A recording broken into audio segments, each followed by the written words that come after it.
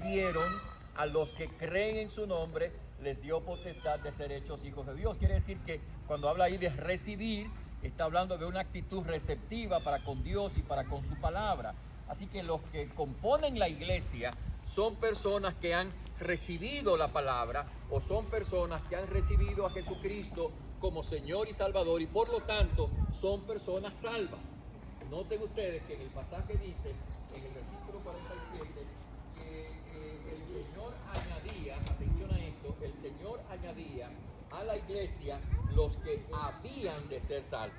Quiere decir que la iglesia está compuesta por personas salvas, por personas que han conocido a Cristo, por personas que han sido transformados, por personas que han recibido la salvación, por personas cuyos nombres están escritos en el libro de la vida, por personas que pueden declarar efectivamente que por la gracia de Dios son verdaderos hijos de Dios. Y esas personas que forman parte del cuerpo de Jesucristo de esa manera, son personas que han sido bautizadas. Noten ustedes que el pasaje dice, los que recibieron su palabra fueron bautizados. Así que la iglesia está compuesta, la iglesia de Jesucristo está compuesta por personas que han recibido a Cristo como Señor y Salvador y por personas que han sido bautizadas. Es decir, que han dado testimonio del Evangelio, testimonio de la gracia de Dios a través del acto del bautismo.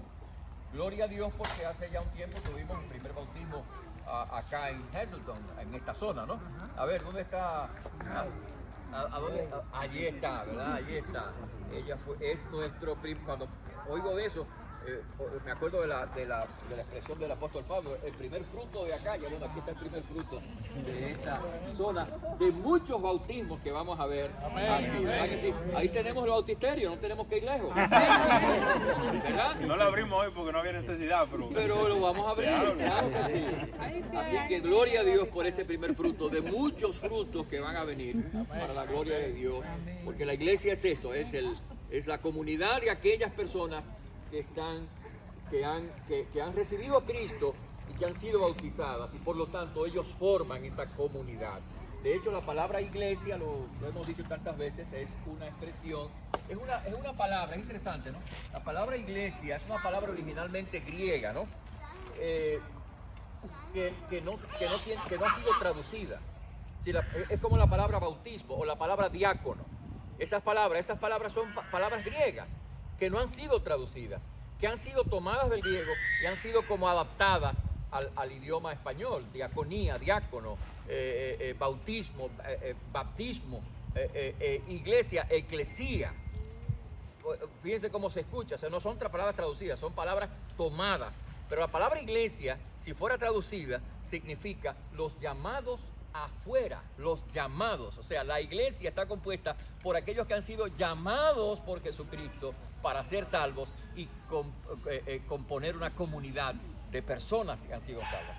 Así que gloria a Dios por eso, ¿verdad? Y gloria a Dios por esta comunidad de personas salvas, de personas bautizadas, de personas que han creído en Jesucristo. Y gloria a Dios por los que van a creer, porque dice la Escritura en el versículo que el Señor añadía cada día a la iglesia a los que iban a ser salvos. Entonces el Señor va a seguir añadiendo hombres y mujeres que mientras van oyendo el Evangelio, mientras van recibiendo la palabra de Dios, va el Señor a añadir personas que van a conocer a Cristo, que van a ser salvas, que van a tener la experiencia de la gracia de Dios. Así que eso en primer término, la composición de la iglesia. Después, este mismo pasaje nos ayuda a pensar en lo que podríamos llamar nosotros las funciones de la iglesia o los propósitos de la iglesia. ¿Para qué existe la iglesia? En este pasaje está descrito, retratado, por así decirlo, las funciones o los propósitos de la iglesia. La iglesia existe para la gloria de Dios. La iglesia existe para alabar al Señor. Noten ustedes en el versículo 46 y 47 dice que los hermanos perseveraban en el templo, ¿no? Y que perseveraban en las casas. Dice la Biblia, alabando a Dios y teniendo favor con todo el pueblo. Alabando a Dios y teniendo favor con todo el pueblo. La iglesia, hermanos, existe para gloria de Dios. La iglesia existe para alabar al Señor. El profeta Isaías dice, este pueblo he creado para mí, mis alabanzas publicará. Es decir, la iglesia del Señor existe para glorificar al Señor, para exaltar al Señor, para que el mundo tenga un testimonio de la gracia de Dios, de la misericordia de Dios, del poder de Dios, del amor de Dios, de la fidelidad de Dios. La iglesia existe para eso, para que la gloria de Dios se revele a través de nosotros, de nosotros, hermanos, de este barro que se rompe con facilidad, ¿verdad? Este tesoro está en vasos de barro, dice la Biblia. Y los vasos de barro son vulnerables, se rompen rápido, se rompen fácil. Pero tenemos un tesoro que está en estos vasos de barro y que existe para que estos vasos de barro, al romperse quizás, revelen la gloria de Dios, la gracia de Dios, la misericordia de Dios. Para eso existe la iglesia, para glorificar al Señor. Y cada vez que nos reunimos, hermanos, en adoración, lo hacemos porque esa es la razón de ser de nosotros como iglesia. Dice el hermano John Piper, un libro muy interesante, dice él que la razón de ser de la iglesia no son las misiones, es la adoración. Porque las misiones existen porque la gente no adora a Dios. Las misiones existen, la razón por la que la gente va a predicar el evangelio a otra parte o aquí en esta zona o en el vecindario es porque la gente que vive cerca de nosotros no adora a Dios, no conoce a Dios. Y queremos que lo conozcan, para que ellos también puedan tener la gloria de Dios en sus corazones. Entonces la iglesia existe para la gloria de Dios.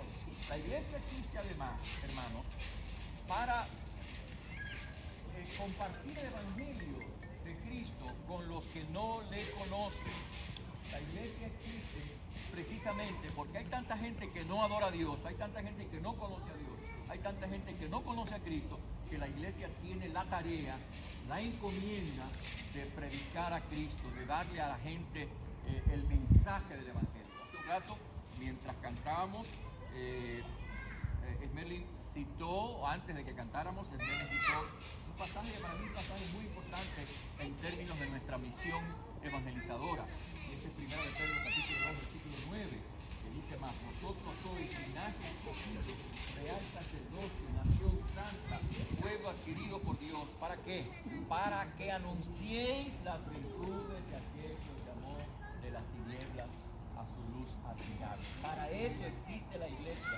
La iglesia de Cristo existe para que la luz de Cristo sea difundida a través de la vida, del testimonio, de la palabra de cada uno de nosotros. La iglesia existe como comunidad. La comunidad existe no para que nosotros nos encerremos en nosotros, sino más bien para que nos abramos a los demás y para que podamos compartir a Cristo con los demás. Esa es la razón de ser, o una de las razones de ser importantes de la iglesia. Y de corazón yo espero que nosotros aquí en esta comunidad podamos cumplir con esas dos misiones, la de alabar a Dios, la de glorificar a Dios y la de compartir la palabra, la de llevar el evangelio. Para eso estamos aquí. Hermanos, para eso, escúcheme bien, para eso Dios los puso aquí a ustedes. Amén, amén, amén. Porque usted puede pensar, bueno, lo que pasa es que yo conseguí una buena oportunidad, ¿verdad? Y conseguí un buen trabajo, y conseguí una buena casa, y conseguí no sé qué cosa, sí, todo eso es verdad. Pero detrás de eso está la mano de Dios. Amén. Dios te trajo a este sitio. Yo no estoy en este sitio, ¿eh? Ahora sí me pregunto. Yo no vivo aquí. Ni el resto de los hermanos de la iglesia de Manhattan viven aquí. Ustedes viven aquí. Y Dios los ha traído a este lugar para dar testimonio de Jesucristo.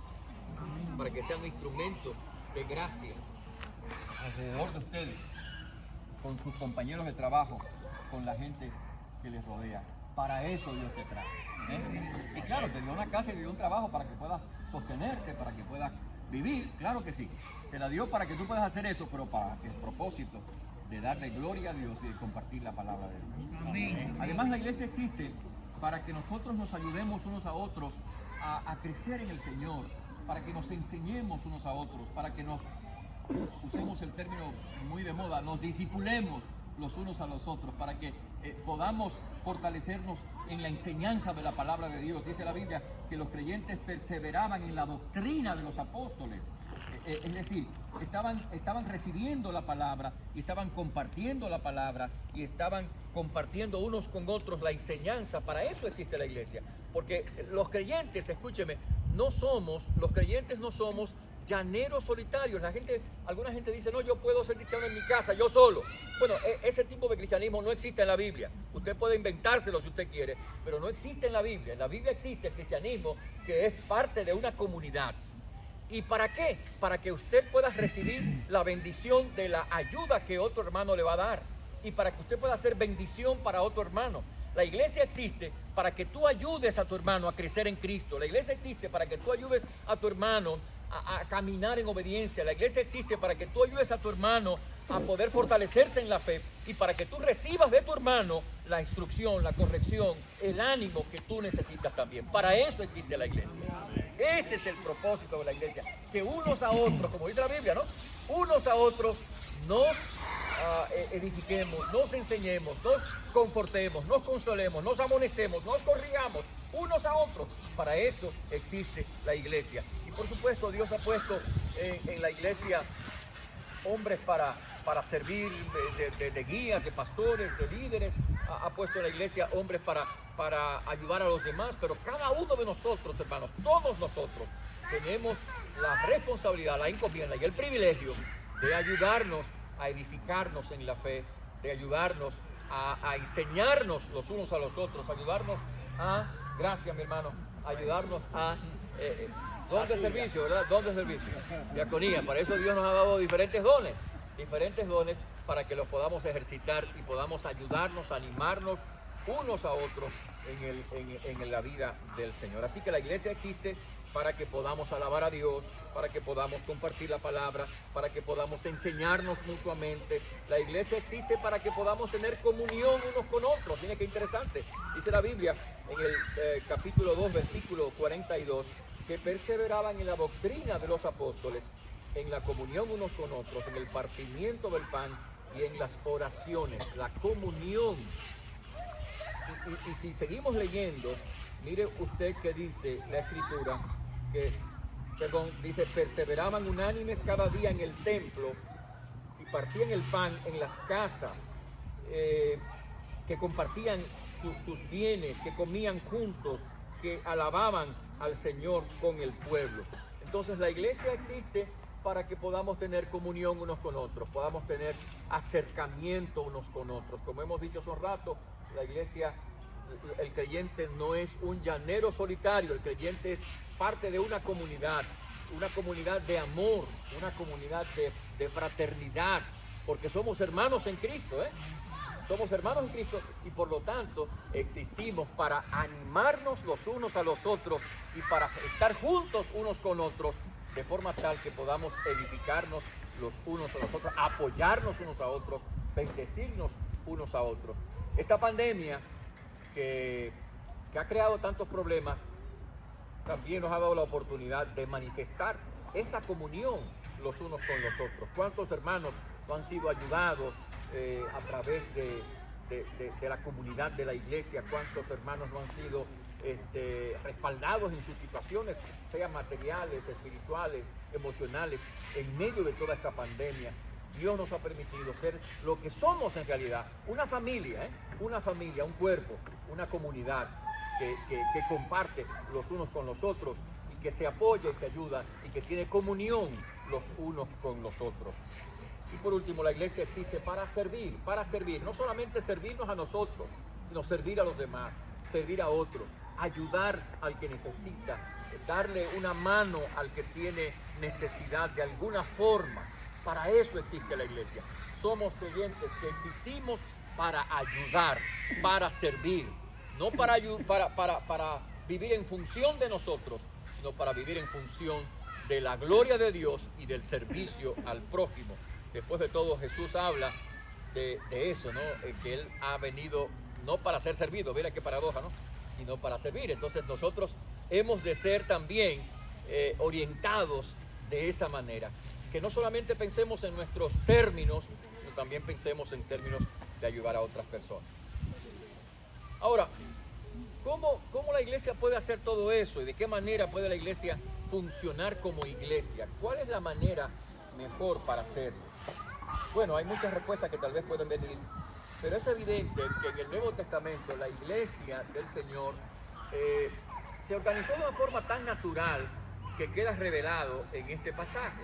Fíjense que dice la Biblia que los creyentes perseveraban unánimes cada día en el templo, dice, y partiendo el pan en las casas, comían juntos con alegría y sencillez de corazón, alabando a Dios y teniendo favor con todo el pueblo. Y el Señor añadía cada día a la iglesia los que habían de ser salvos. Miren qué interesante.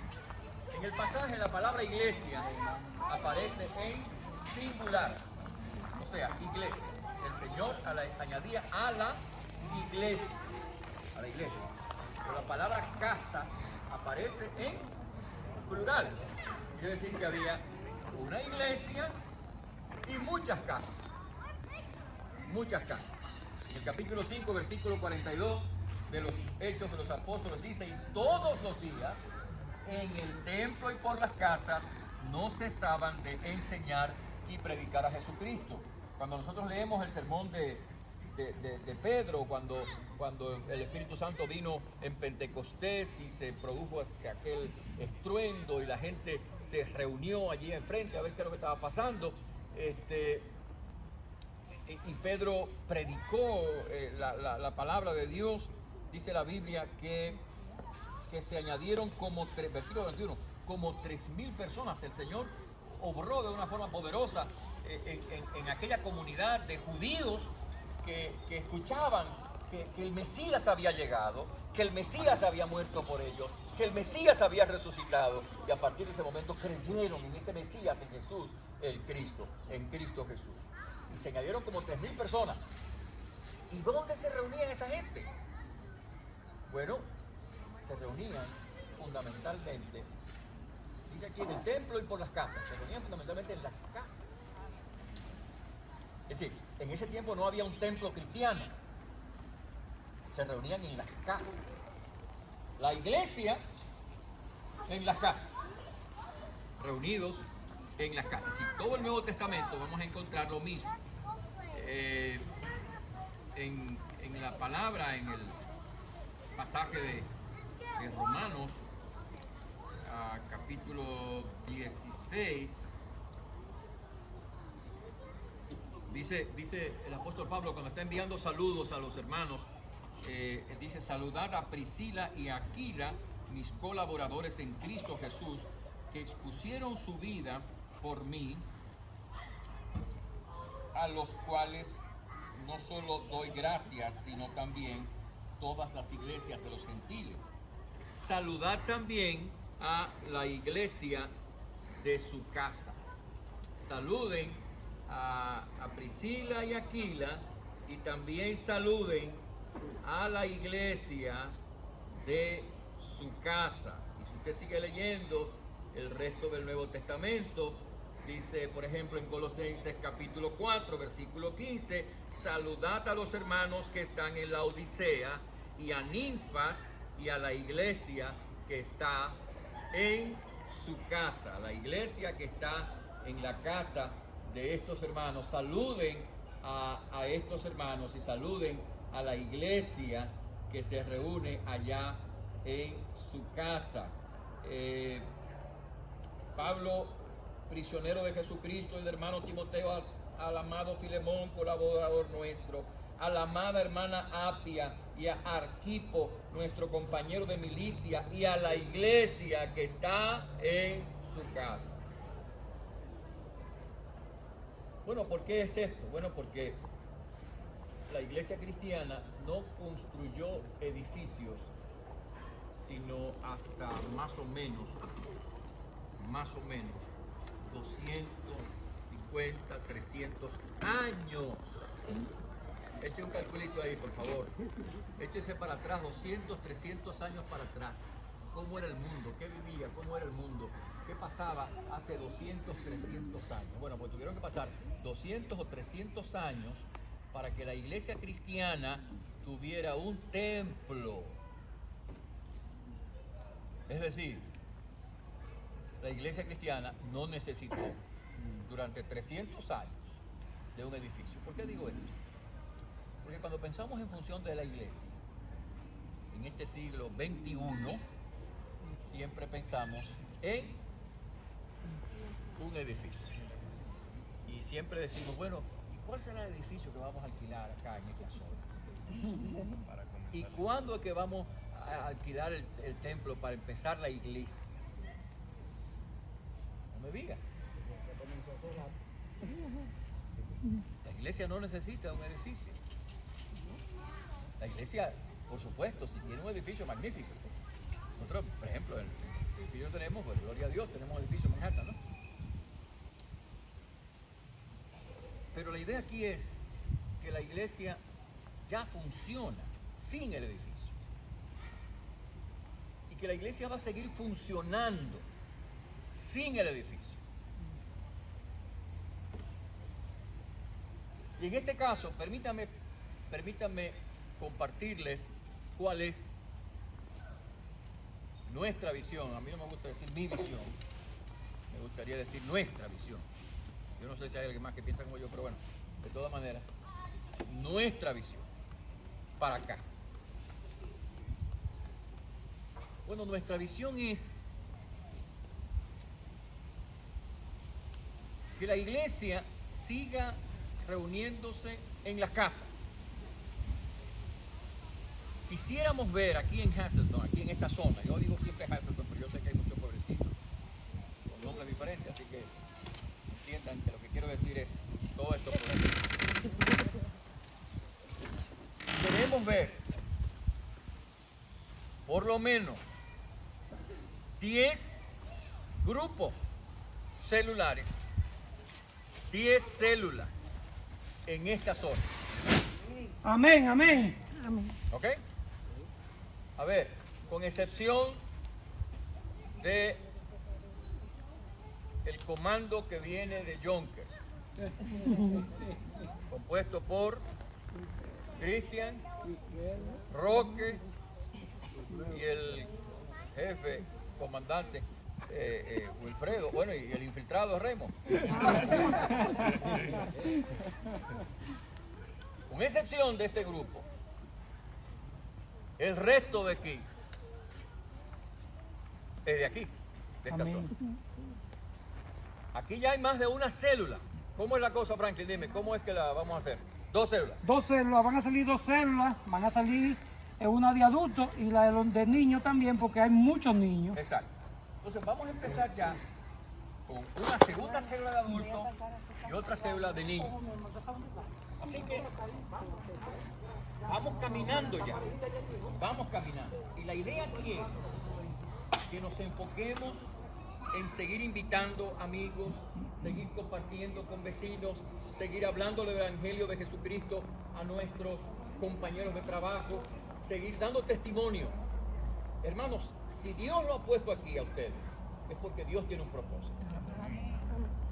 Si Dios lo ha puesto aquí a ustedes, es porque Dios tiene un propósito de salvar a mucha gente.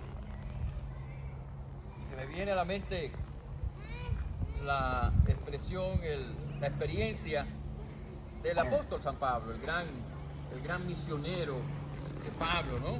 Cuando el Señor, en el capítulo 18 de Primera de Corintios, Pablo estaba predicando en ese lugar y había mucha gente y por supuesto había mucha oposición, porque donde quiera que se predique el Evangelio siempre va a haber alguna oposición de alguna manera. En este caso habían presiones, versículo 6 dice que se oponían y blasfemaban los judíos y entonces dice la escritura que expulsaron ahí a uno de los líderes de la sinagoga porque había oído la palabra. Así que Pablo estaba bajo presión. Y dice la Biblia que el Señor le habló a Pablo en la noche y le dijo: no temas, Pablo, sino habla y no calles, porque yo estoy contigo y ninguno pondrá sobre ti la mano para hacerte mal, porque yo tengo mucho pueblo yo tengo mucho pueblo en esta ciudad. Eso es lo que dice Dios. Y entonces dice la Biblia que él se detuvo allí 1 año y 6 meses, o 1 año y medio, enseñando la palabra. O sea, el Señor le dijo, mira Pablo, estaba empezando el ministerio, estaba empezando. Pablo empezó a predicar en la sinagoga, la gente se oponía, etc. Y Pablo, de alguna manera, por las presiones, por las amenazas, como todo ser humano, se sintió atemorizado. Pero Dios le habló de noche y le dijo, mira, yo tengo mucho pueblo. Ahora no. ¿Dónde estaba ese pueblo? Todavía estaba en sus casas, personas inconversas, personas sin Cristo, pero Dios le dice, yo tengo mucho pueblo aquí. En otras palabras, Dios tenía un propósito de salvar a mucha gente en esa ciudad.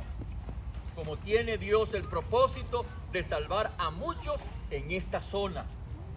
También aquí, hermanos, Dios tiene mucho pueblo.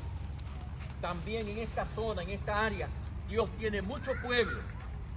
Lo que tenemos que hacer, hermanos, es orar al Señor para que Dios nos ponga en contacto con ese pueblo que Dios tiene. Amén. Ese pueblo que no conoce a Cristo todavía, ¿eh? Pero pedirle a Dios, Señor, ponme en contacto con esa gente con la cual tú quieres tratar. Yo sé que Franklin tiene un testimonio sobre eso, no quiero entrar en detalle en este momento. En algún momento Franklin oró, Señor, que ponme en contacto con la gente que tú quieres, y entonces ocurrió algo allí y Dios lo puso en contacto. Después Amén, así es. él Bien, pastor. explicará. Lo puso en contacto con una gente que necesitan a Cristo. Entonces, mi hermano, que cada uno de ustedes, cada uno de nosotros ore a Dios. Y nosotros tenemos que orar también, pidiendo al Señor que Dios obra, Padre, en esta ciudad, en estas ciudades. Ponnos en contacto con la gente que necesita a Cristo, con la gente que está vacía, con la gente que está desorientada, con la gente que está necesitada. Ponnos en contacto con Él. Porque nos has traído para eso. Para eso Dios nos trae. Porque Dios tiene mucho pueblo en esta ciudad. Amén. Amén. Y porque tiene mucho pueblo, también tiene necesidad de mucha gente que sirva en la obra de Dios. Y los que tienen que servir en eso son ustedes, mis hermanos. Esas 10 células que vamos a abrir, no vamos a importar a nadie de allá, ya está bueno con lo que tenemos. Aquí están los 10 líderes de esas células, Amén, amén. sentados aquí. Aquí están sentados los 10 líderes de las 10 células. Amén. Y cuando tengamos esas 10 células, entonces vamos a pensar en esa comunidad que ahora va a necesitar buscar un edificio para reunirse en el edificio, pero no para dejar las 10 células, sino para hacer lo que dice Hechos capítulo 5, versículo 42. Todos los días en el templo y por las casas no cesaban de enseñar y predicar a Jesucristo. Hermanos, esa es la visión. Porque la gente, escúchenme, la gente no está encerrada en los templos. En la semana, la gente no está en los edificios de las iglesias. La gente está en las casas, la gente está en los lugares de trabajo, la gente está en los malls, la gente está en otros sitios. Bueno, pues hay que ir a buscarlos. Y hay que invitarlos, hay que convocarlos para que ellos también escuchen el mensaje de Dios. Esa es la visión.